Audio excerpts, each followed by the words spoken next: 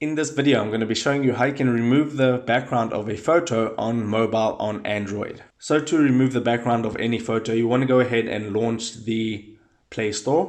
Then you want to search for an app called remove.bg. And this is the app right here. You want to go ahead and make sure that this is installed. I have it installed already, so I'm going to go ahead and launch it. And in my opinion, this is the best app and the easiest to use to remove the background of a photo. So all you need to do is tap on the upload image blue box, and you want to go ahead and open your gallery, select a photo. So I'm going to go ahead and select this photo, and then I tap on the tick mark at the top right. It's going to now process the photo, and as you can see, the background of the photo has been removed. So you can go ahead and download the photo.